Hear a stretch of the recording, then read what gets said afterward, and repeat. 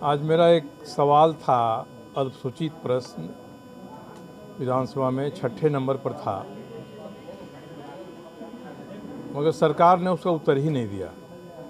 मैंने खड़ा होकर अध्यक्ष महोदय से कहा कि मेरे प्रश्नों का उत्तर स्वास्थ्य विभाग नहीं दे रहा है। मैंने यही पूछा था कि जब टेंडर करने के बाद सस्ते कीमत पर दवा का आदेश आपने दिया, उसको नहीं खरीदा और महंगे दर पर भारत सरकार की कंपनियों से खरीदा, इसके बारे में सवाल था।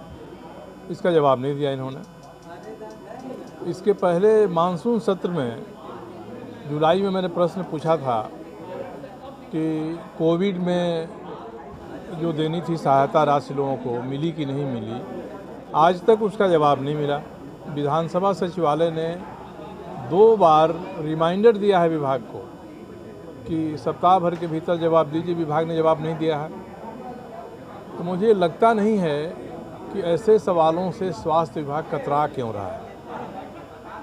कल जब मेरा ध्यानाकर्षण था, उसमें 100% असत्य बात माननीय मंत्री ने कहा और मैं कहते रह गया विधानसभा अध्यक्ष से कि सही उत्तर दिलवाइए। उन्होंने कहा क्या कि जब मैं मंत्री था तब मैंने भी ट्रांसफ़र पोस्टिंग में इसी तरह की अनियमितता की थी। इसका मतलब क्यों मान रहे हैं कि उन्होंने अनियमितता किया है? यदि मैंने कोई अनियमितता किया तो आधार नहीं बनती है स्वास्थ्य मंत्री के लिए अनियमितता करने की। मैं आज पत्र भेज रहा हूँ स्पीकर को कि वे सारे दस्तावेज मंत्री महोदय को सदन के पटल पर रखने का आदेश दें, जिसके आधार पर उन्होंने कहा था कि मैंने अपने कार्यकाल में ट्रांसफ़र पोस्टिंग में अनियमितता की है। मैंने कभी भी जहां मेरा अधिकार नहीं है वहां बिना मुख्यमंत्री से अनुमोदन लिए कोई भी ट्रांसफ़र पोस्टिंग नहीं किया है और इसलिए कि मंत्री से इसका स्पष्टीकरण दिलवाइए। सदन में आने और जो विधायक प्रश्न पूछते हैं उसके बारे में कुछ भी कह देने की मंत्रियों की परंपरा से हो गई और ख़ास करके स्वास्थ्य विभाग तो लगता है कि सदन की बात नहीं सुनता है। मुख्यमंत्री के यहाँ से फाइल मांगी जाती है, फाइल नहीं देते हैं।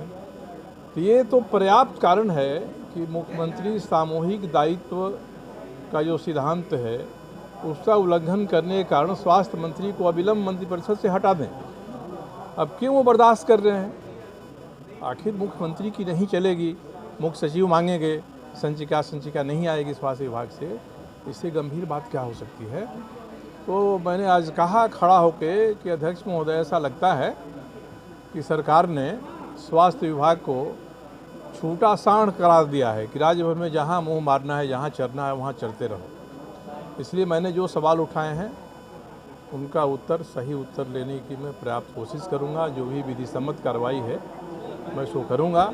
अभी मुझे सूचना मिली है कि आज जो मेरा सवाल था उसका जवाब मंत्री जी 21 तारीख को देना चाहते हैं, देंगे, उसका इंतज़ार कर रहे हैं। मगर जुलाई में जो मेरा सवाल था उसका उत्तर न आज तक मिला है और न उसको देने की वो कोई बात कर रहे हैं। लगातार सर इस तरह की बातें आती रहती हैं। बैठक में आप लोग नाराजगी सदन के भीतर व्यक्त करते हैं। अब तो यहाँ तक आसन पर ही आरोप लगा दे रहे हैं लोग, क्या पक्षपात कर रहे हैं। मगर आसन का दायित्व सदस्यों को संरक्षण देने का होता है, सरकार को नहीं।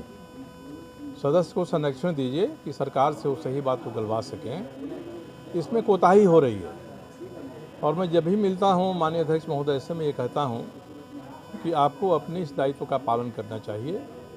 सभी सदस्य चाहे सत्ता पक्ष या विपक्ष के हैं, उनको आप संरक्षण दीजिए और मंत्रियों से सही बात को गलवाइए।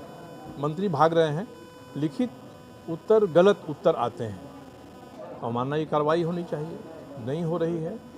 ये दुर्भाग्य की स्थिति है इस राज्य में। माननीय सदस्य वीरेंद्र नारायण जी का एक सवाल था, मेरा भी एक सवाल था जो पीछे था।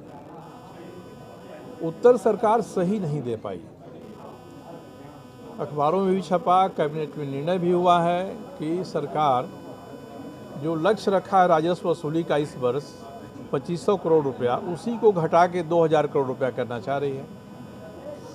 मैंने पूछा, मंत्री ने कहा कि जानकारी नहीं है इसकी। और वीरेंद्र जी का सवाल, मेरा सवाल, बात एक ही आती है कि नीति कोई बने, अगर नीयत सही रहेगी तो नीति सही तरीके से लागू होगी। अगर नीति सही तरीके से लागू नहीं होती है तो इसका मतलब कहीं ना कहीं नीयत में खोट है। अगर प्राइवेट से आप होलोग्राम छपवा लेते हैं, साहब आप जिनको आपने प्लेसमेंट एजेंसी से रखा है बहाल करके शराब दुकान चलाने का, उनको आपने आज तक महीना नहीं दिया, दुकान का किराया नहीं दिया, ये सब कटौती होगी तब तो और घट के आ जाएगी कम राजस्व की वसूली।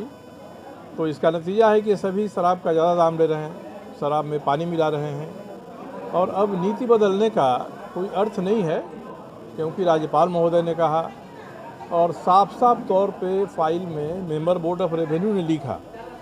मेंबर ऑफ रेवेन्यू की बोर्ड अगर विभाग नहीं मानेगा तो ये सबसे बड़ी गलती विभाग की है। सर्वोच्च अधिकारी राजस्व परिषद के सदस्य होते हैं इस मामले में, इसलिए शराब के मामले में बिल्कुल सरकार की तरफ से जानबूझकर ऐसी स्थिति उत्पन्न की जा रही है कि राज्य में अराजकता की स्थिति पैदा हो। अब इससे किसको कितना नफ़ा हो रहा है इसके बारे में कोई आंकड़ा हमारे पास नहीं है, मगर जब सही जवाब सदन में नहीं आ रहा है तो इसका मतलब कि कहीं न कहीं अनियमितता है, घपला है, घोटाला है।